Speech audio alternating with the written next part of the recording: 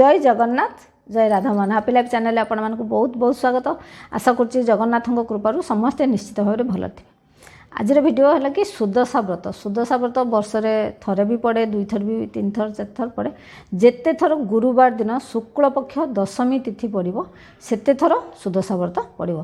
तो ए वर्ष गोटे सुदशा व्रत तो जाइला 2024 पुणी गोटे सुदशा व्रत आसूँ हूँ अगस्ट 15 तारिख दिन श्रावण मास। अगस्ट 15 तारिख श्रावण मास रोचे कहीं ना तो संक्रांति जाइए ना हूँ आमर पूर्णिमा जाइए आ श्रावण मसरे पड़ूँ हूँ अगस्ट 15 तारिख गुरुवार दिन। तो ये जो सुदशा व्रत शुक्ल पक्ष गुरुवार दशमी तिथि यदि पड़ा से बारटा माँ महालक्ष्मी बहुत प्रिय। जमती मार्गशीर मास गुरुवार माँ महालक्ष्मी बहुत प्रिय, सेमती ये जो बारटा भी ये जो शुक्ल पक्ष दशमी गुरुवार भी माँ महालक्ष्मी बहुत प्रिय। से दिन हूँ आम महालक्ष्मी उपासना करूँ आ से जो व्रत करूँ ताकू सुदशा व्रत बोली कह जाए। सुदशा व्रतर बहुत नीति नियम रही है। व्रत में माँ महालक्ष्मी आसती केमिति प्रसन्न करवा केमिति पूजा करवा से सब मुझे भिडियो डिटेल कहबी।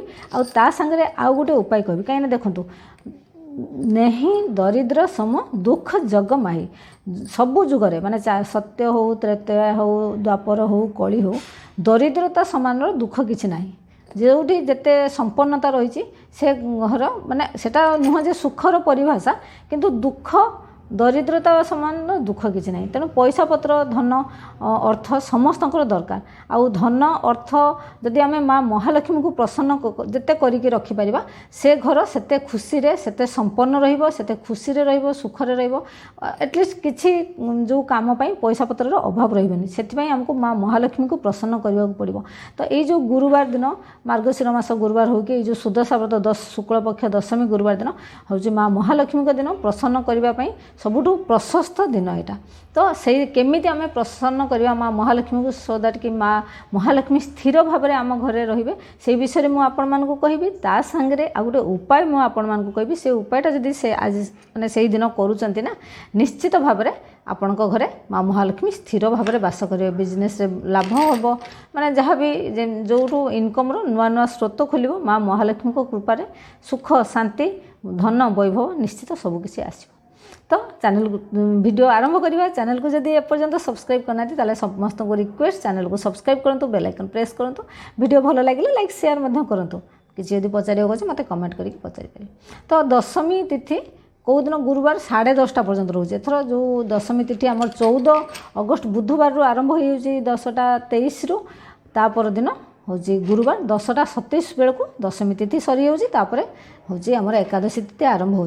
किंतु उदय तिथि अनुसार आम जेहेतु दशमी तिथि गुरुवार दिन रोचे सकाल 10:30 पर्यंत तो आमको सुदशा व्रत करवा करी एटलिस्ट 10:30 बेलू जमी माँ को पूजा सारी देथिबा कहीं तापर एकादशी तिथि प्रवेश कर जाउछि। तो सेथिपई एई जो व्रतटा रे आपण माने जो माने नुआ माने केबे करि नाहंती आ नुआ करिवा को चाहुचंती से माने एथिरे आरंभ करि परिबे नहीं। एई व्रत रे से माने आरंभ करिबे नहीं। जो माने रेगुलर व्रत आगुरु करिसंती केवल सेई माने ही व्रत आउ थरे पूजा करि परिबे। व्रत नुआ व्रत माने माँ महालक्ष्मी को पूजा करी नुआ व्रत बांधि पारे। किंतु जो माने नुआ करके आरंभ करिबे ना केबे करि नथिबे एबे फास्ट टाइम करिबे से माने एइथिरे करिबे नाही। बुझिपारे ताले क्लीयर हो गले।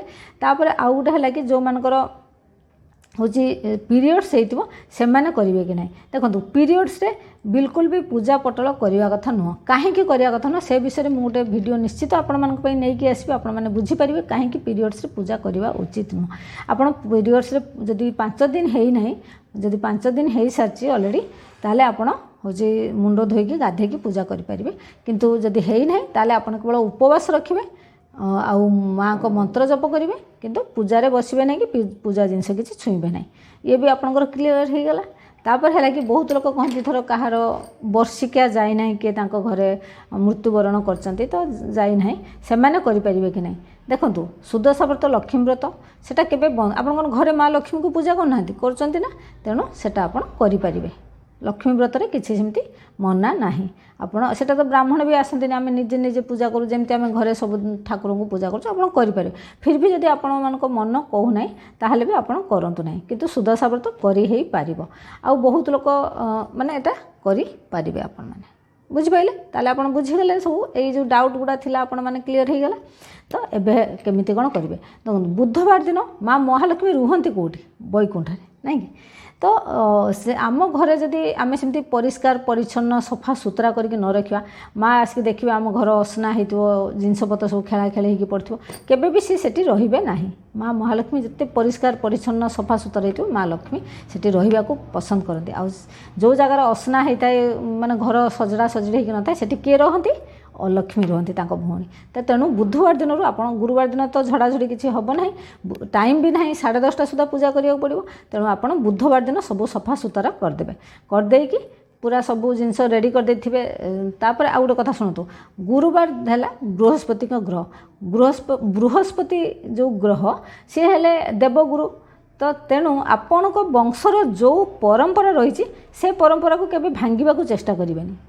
जो परंपरा रही से परंपरा को आप बजाय रखिए से परंपरा को जदि आप से अनुसार चलते ताहले बृहस्पति ग्रहर कृपा आपन को पड़ो। जदि आपन परंपरा को भांगिकी आपन किसी अलग कर बृहस्पति ग्रह मानकर आशीर्वाद मिल ना। तेणु जहाँ परंपरा सुदशा व्रत तो आजिकार नुह जुग जुगर धरिकी रही। तो सुदशा व्रत आपण मैंने जानी थे तो से सब से अनुसार करेंगे। 10टा फूल दरकार 10टा मंडा दरकार 10टा धला धान दरकार 10टा दुब दरकार 10टा हूँ बरकोली पत्र दरकार ये सब दरकार है कि। तो आपण मुझे कहीदे कौन कौन करेंगे। प्रथम है कि से दिन गुरुवार दिन सका उठिकी आपण पूरा ब्रह्म मुहूर्त उठी पड़े 4टार उठी पड़े गाधे पड़े। आप मुंड से दिन शैम्पू करेंगे केवल खाली पानी आप धोई पारे शैम्पू करेंगे ना। गुरुवार दिन शैम्पू करा जाए ना। तो आप खाली पानी मुंड धोईदे धोईकी आप सूर्य को जल अर्घ्य देवे तापर पूजारे बसवे। पूजारे आपन को घटरे कौन काठ मु नेक्स्ट कही भी लास्ट टाइम पूजा विधि कही आज टे सर्ट्रे कहीदे हूँ काठ पीढ़ा उपर आप घट बसैबे। घटरे जो आंब पत्र देवे ना से 10टा पत्र थी कहीं 10 मिला सब 10टा दरकार। तो आंब जो आंब डाल 10टा हूँ पत्र थी जमी आंब डाल आउपर गोटे श्रीफल रखिए माने जोटा कि आम नड़िया रखिपारती गोटा बेल रखिपारती ना कदली रखिपारती। आउ जो घटटा आप बसैबे ना घट भितर निहाती खंडे हलदी पकई थे आ गोटे गुआ कि जो कषा फल ता भीतर पकई देथिबे बुझिपारे।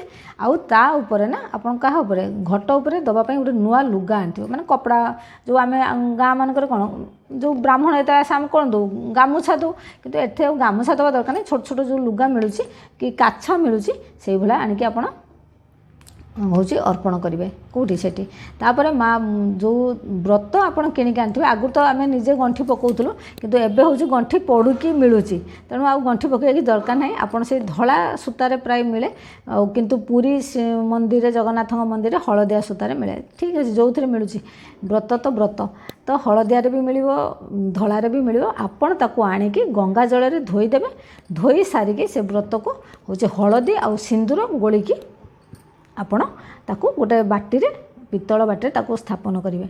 ता सांगे 10टा दुब बरकोली 10टा आउ धला धान जदि अच्छी भल कथा जदि नहीं धला अक्षत माने अरुआ चाउल जमी भांगी नथिबो सेथिरे देबे हैला फूल 10टा देबे ताकू भी रखिए पाखरे।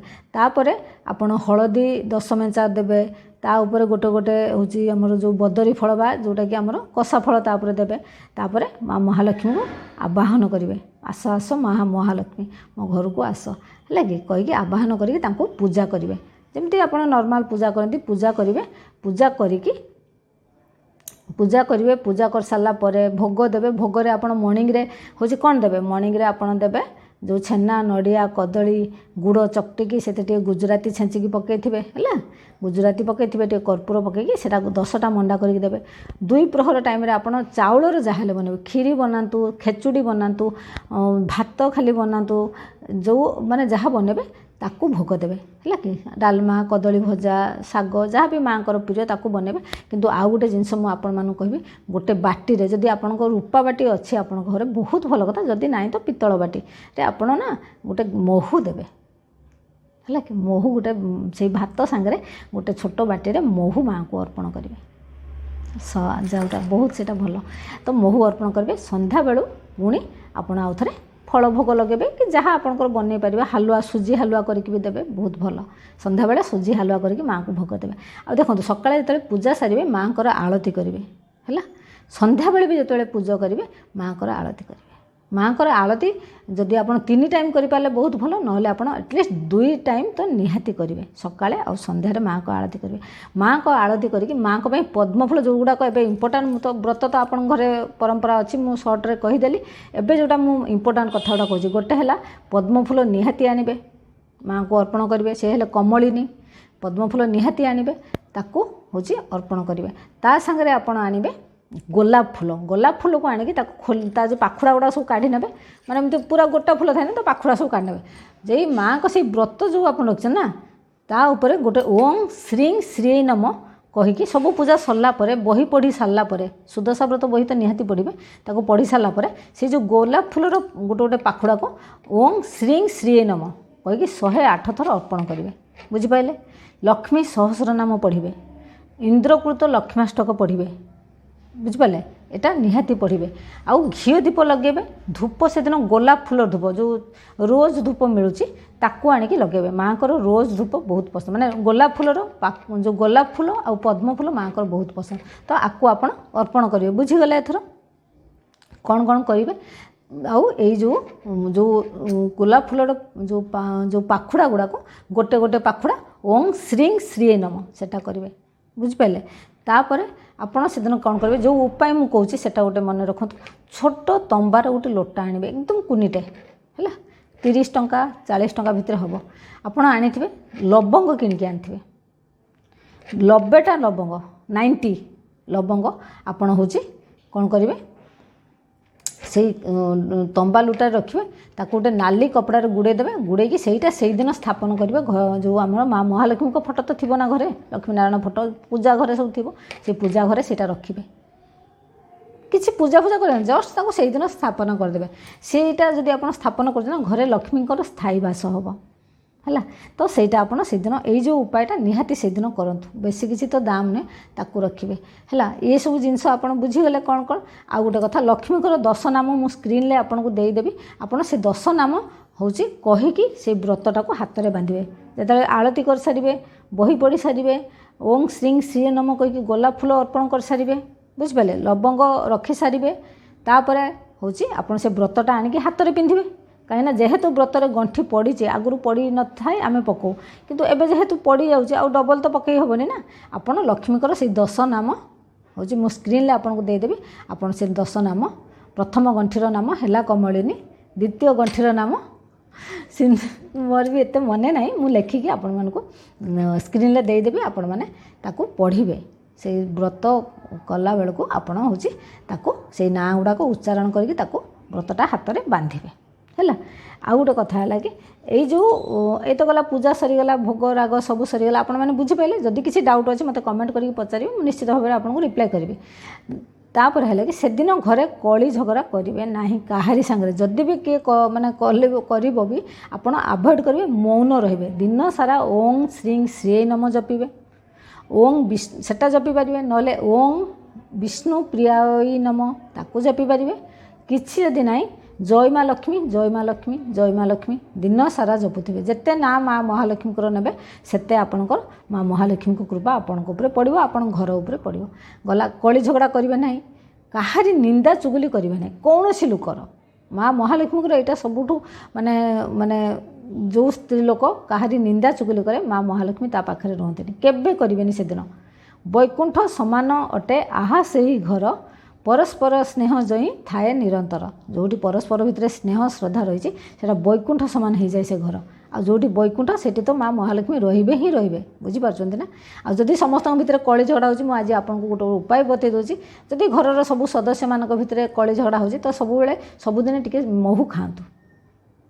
କାହିଁକିନା ମହୁ ଖାଇବା ଦ୍ୱାରା ଯେଉଁ ମିଠାସ ଆସିବ, ଆହୁରି ଯେଉଁ ସମ୍ପର୍କ, କଳି ଝଗଡ଼ା ବନ୍ଦ ହେଇଯିବ, ସମ୍ପର୍କ ଆହୁରି ବେଶୀ ମିଠା ହେବ ହେଲା। ତ ଆଶା କରୁଛି ଯେଉଁ ସୁଦଶା ବ୍ରତର ଶୁଭକାମନା ସମସ୍ତଙ୍କୁ। ଆଉ ଏହି ଉପାୟ ସବୁ କରିକି ଆପଣ ମା ମହାଲକ୍ଷ୍ମୀଙ୍କର ସ୍ଥାୟୀ ବାସ ଆପଣଙ୍କ ଘରେ କରାନ୍ତୁ। ମା ମହାଲକ୍ଷ୍ମୀଙ୍କର କୃପା ପାଆନ୍ତୁ। ମା ମହାଲକ୍ଷ୍ମୀ ସମସ୍ତଙ୍କ ଉପରେ ପ୍ରସନ୍ନ ରୁହନ୍ତୁ। ଜୟ ଜଗନ୍ନାଥ, ଜୟ ରାଧାମୋହନ।